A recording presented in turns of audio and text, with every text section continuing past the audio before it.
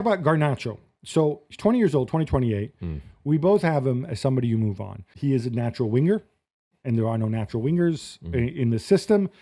He's also on a very low wage for a guy who's, Argentine international, played so much, and he has a long-term contract. That means you can get full whack in terms of fee. He just hasn't kicked on, and he's a very frustrating player, Garnacho. You're right, he's a winger who doesn't particularly... Well, his assist numbers are terrible this year. I think, is it 1 assist in the Premier League, if that? His decision-making, again, really poor. He'll shoot too soon. He'll delay a cross. He'll cross... I just don't see any point in sticking with Alejandro Garnacho. I don't think he's a player that will develop. We're talking about a couple of United players who are not there, but are on their books. Obviously, the issue with Antony is his transfers. Not so much his wages, as you point out. His wages are not very big. Yeah. But is his massive fee and how much of, I think his unamortized value... Because he said 2 seasons, or is it? This is his 3rd season. He's got 2 left. Okay, so that basically means that you need to get 40 million for him. No, around 30. Around 30. He was 80 million pounds. So I'm speaking in euros. Okay. Okay. Thank you. 40 million euros. The empire's over. You need to get around 40 million, 35 to 40 million. Yeah. Right.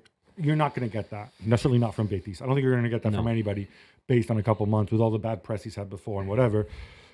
I think what you can do, what I would do, is you do a loan with an obligation to buy. And the advantage of that is that the obligation to buy can be maybe 20 million. Yeah.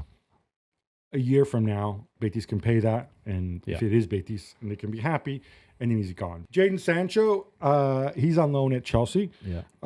He has a year left plus a year option. That loan has this complicated, weirdo obligation to buy at a fee. I think it's between 20 and 25 million pounds this time. And then if Chelsea decide to send him back, they have to pay a £5 million loan fee. I think Chelsea will take him. They could extend the loan, to be honest. Sorry? They could extend the loan, couldn't they? And I think from Chelsea's perspective, certainly if I were Chelsea, I would keep him. I would look around at my wingers and I would see Neto and Madueke and Mudryk from his holiday and Joao Felix threatening to come back. And I would say, oh my God, I want this guy back. Marcus Rashford. Yeah. He's on loan at Aston Villa. You looked at his numbers and you think he's done badly. Emery would say, look at where we've progressed to in the FA Cup, where we're in the final, in the Champions League, where we nearly knocked out mighty Paris Saint-Germain, in the Premier League, where we're neck and neck for that 5th spot, and 6 might even get us back in. Marcus Rashford's my guy. He's done fine. 3 goals in 18 games as we record. Not a centre forward. We're doing this before. Not a centre forward. No, but listen, I said this earlier this week. There's a bit of gaslighting going on with Marcus Rashford. I think that the Rashford PR camp is trying to suggest that he's had a great time. He's rehabilitated himself. That nice lady, really? Rehabilitated himself at Aston Villa. You know what I'm talking about. You're just terrified of her. I'm not terrified of anybody, but it's more about a broader picture of people who are talking about. Look, 3 goals in 18 games. I was at both PSG games. The first PSG game in Paris, he ran a lot, shot for the ball, didn't get it, didn't do anything. The second leg at Villa Park, first half he was terrible, lost the ball for the first goal that PSG scored. Second half he had 20 minutes where he was on fire. And it seems that 20 minutes has turned him into, Lionel Messi or Cristiano Ronaldo. His 2 of his 3 goals were against Preston in the FA Cup. I don't think he's done enough. Aston Villa aren't going to commit a £40 million fee and even half of his £300,000 a week wage to keep him. They're just not. So he's going to end up back at United training in the summer. He thinks he's got a chance of going to Barcelona. I mean, look, do you want to tell him or do I that you've got Lamine Yamal on one side, you've got Rafinha on the other, and even if he doesn't like Lewandowski's old, maybe he'll play centre forward. He hates playing centre forward. He keeps saying that. So Danny Olmo's always injured. Maybe he'll play number 10. But I don't know. I generally don't know. We both agree he shouldn't be a man. United should try to move him out. Mm-hmm. The question is, how much do they want to lose? The very, very slim possibility that Amorim takes him back. Do you think that's workable? Do you think there's any future at United for him? I think if Amorim believed he could work with him, he would have kept him around and rotated him in that 10 slot, which has been a rotating cast of characters. That's a call for Amorim. If Amorim says, hey, look, Marcus comes back, and then if it doesn't work out, we'll have a conversation in January, I'm okay with it. I think at this point you have to defer to what Amorim wants to do. And having said he'd rather play his goalkeeping coach at 63 ahead of Rashford, that I don't think there's a way back, but we have to consider the possibility. I think you can work out a deal with Villa. Ollie Watkins involved? I wouldn't take Watkins. I think with this younger team, I don't. It's nothing against Watkins, but I think United are building towards something. But is that what United need right now? Somebody that has got the age and experience in the Premier League now to be able to bridge the gap? Because they've got a lot of young forwards who clearly aren't ready. Do you need somebody that's been around a bit and done it? Swap deals don't really happen, but I'm just thinking out of the box here. I mean, I know there was a 40 million. Was that what they negotiated as like the option to buy or from Rashford? Arsenal? Yeah, for Rashford. Yeah. Like, I think you might have to accept the fact that maybe you just give him away. Rasmus Højlund, 22 years old, 2028, plus a year extension. I let you take this one. I think you called him the worst center forward you've ever seen at Old Trafford. Yeah, and I don't say that with any kind of relish. I feel sorry for him. I feel sorry for the kid because 2 years ago, at 20 years old, he was offered his dream move to Man United from Atalanta. What can you do? You have to take it, but it wasn't his fault they paid a basic £64 million for him. Way, way overpriced. He hasn't got the game to play for. I don't think he would play for any. He wouldn't start for any Premier League team outside the bottom three. That is how bad he is. His runs are straight lines. He's got no kind of nuance to his game. His finishing is obviously poor. You've established all this that he's not good. Yeah. So what can you do with him? You're gonna have to loan him out. Yeah, because you're not going to get any money back for him, and given his fee was so high, again, and he's only been there like 18 months. Two seasons. Two seasons. So I keep being told that there's a residual value because he's still got a high reputation in Italy. I don't buy that. There's no way that anyone in Italy is going to spend. He was only in Italy for 6 months. Exactly. I mean, it cost £64 million. Nobody's going to give United. I mean, mind you, agent John Murta is at Atalanta now, right? He's on his way there, right? Yeah. I'd be very surprised if he ends up at Atalanta. But, okay, I will make my case for Xerxes. Go on. I think you keep him, and the reason you keep him is he's tried him in the 10 role. He's obviously a very unorthodox player. We've made that point. I think you ask Amorim, can you work with him? I think there's certain situations where his skill set can actually work. He can create mismatches with his size. He has a technical ability. Is he super quick? No. Does he hold the ball up well? No. But that's not a job that a number 10 needs to do. He's a good passer of the ball. I think you keep him as part of that rotation of the 10s. Højlund's straightforward. Højlund is this, right? Yeah. Højlund's not going to evolve. Xerxes, you don't know. He could have a much higher ceiling, or this could be it. So I think you keep Xerxes.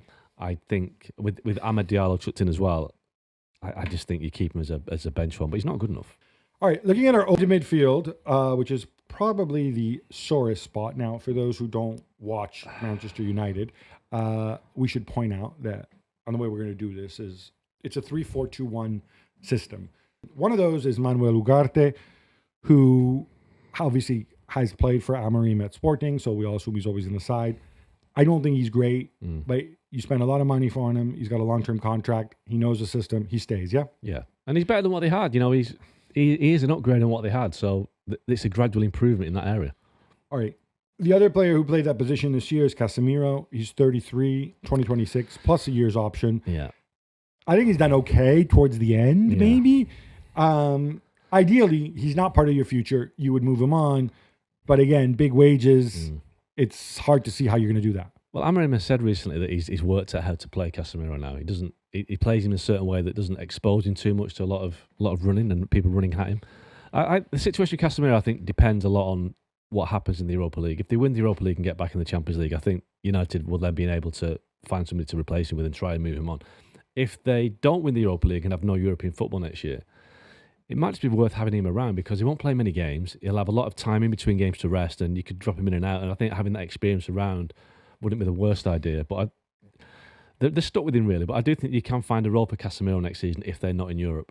Toby Collier, youngster, 21 years old, 2027. He's got an extra year.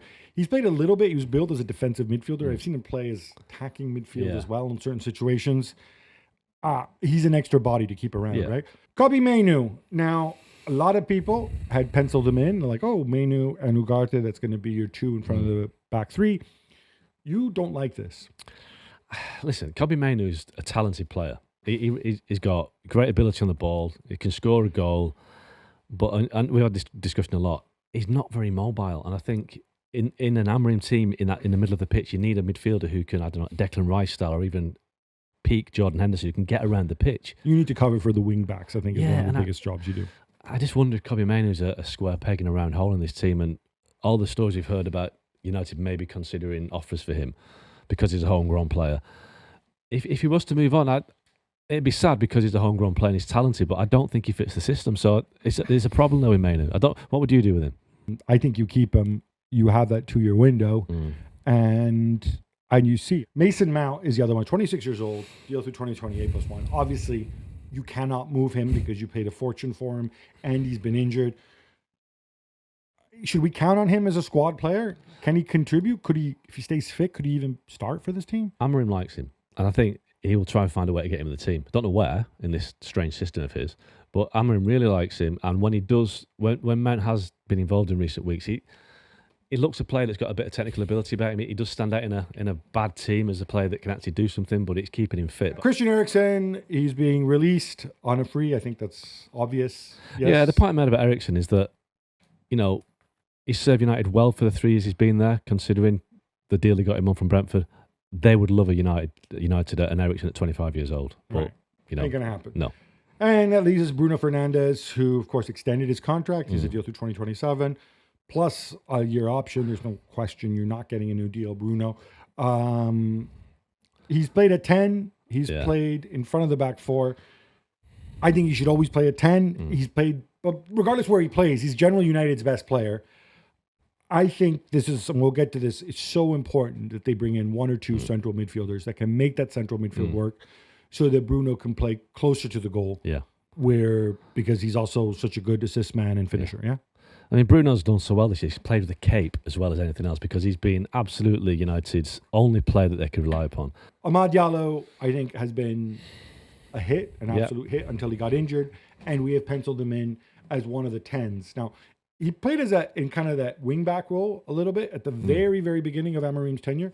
I think he can do that too if you want to go with a little bit what he had towards the end with Kenda. But he's a smart kid. He got the system very, very quickly. He is a guy like Bruno that, is a solid building block. Absolutely. So he's a straight keep because and hopefully he gets fit soon. Let's move on to our defenders. We have a lot of players who we're keeping here because either they just arrived, very straightforward. Lenny Yoro is a keep. Matthijs de Ligt is a keep. Now, we don't love de Ligt, or you don't love de Ligt. I like de Ligt. He's been up and down, but I think he is improving in this system. It's a moot point anyway. You spend a fortune on him, and his contract is until 2029 anyway. He ain't going anywhere, right? No, and he's been a reliable soldier, shall we say. He's in a bad season, he's one of the few that stood up and actually delivered.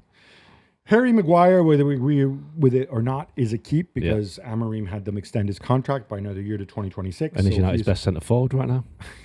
Yeah, exactly. Luke Shaw, 29 years old, 2027. He's a keep, but for different reasons.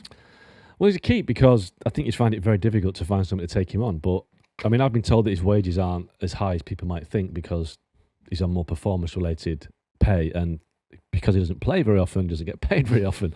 So I think when he does play, and it isn't very often, he looks like a very good player.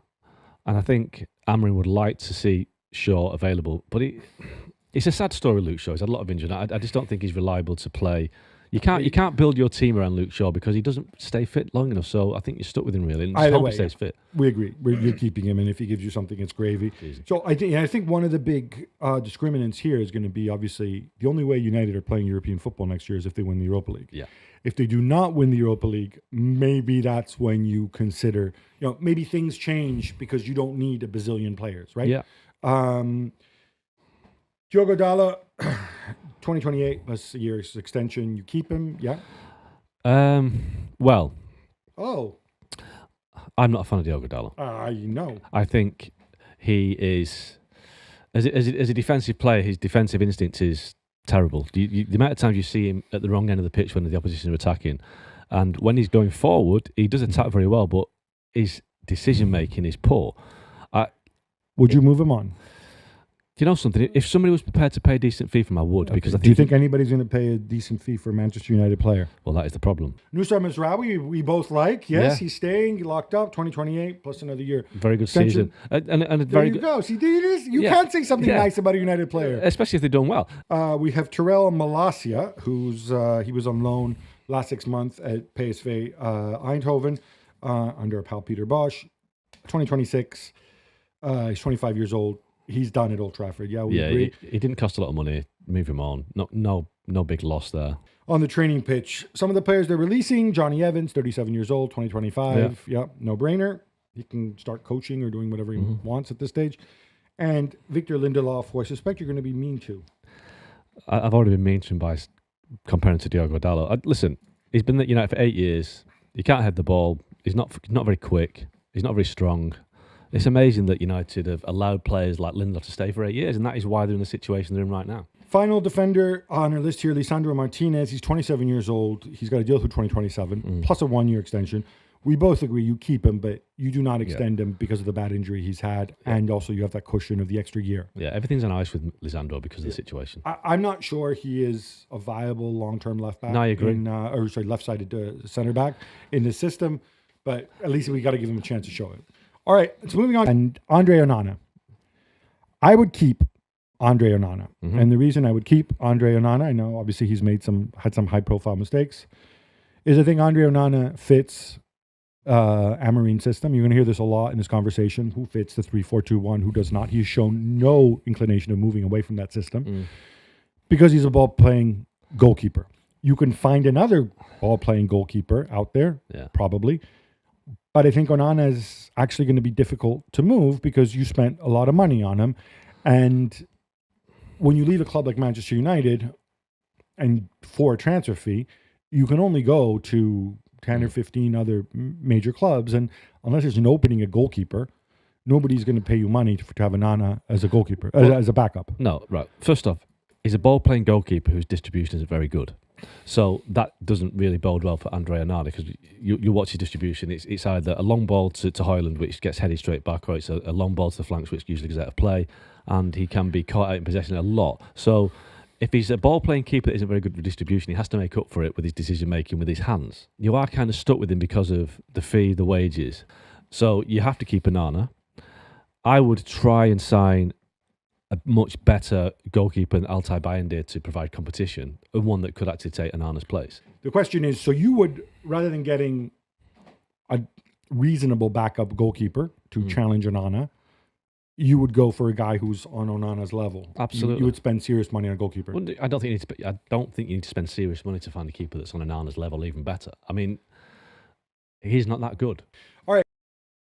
The Red Devils are leading the race to sign Brazilian playmaker Cunha after opening talks with Wolves earlier in the month.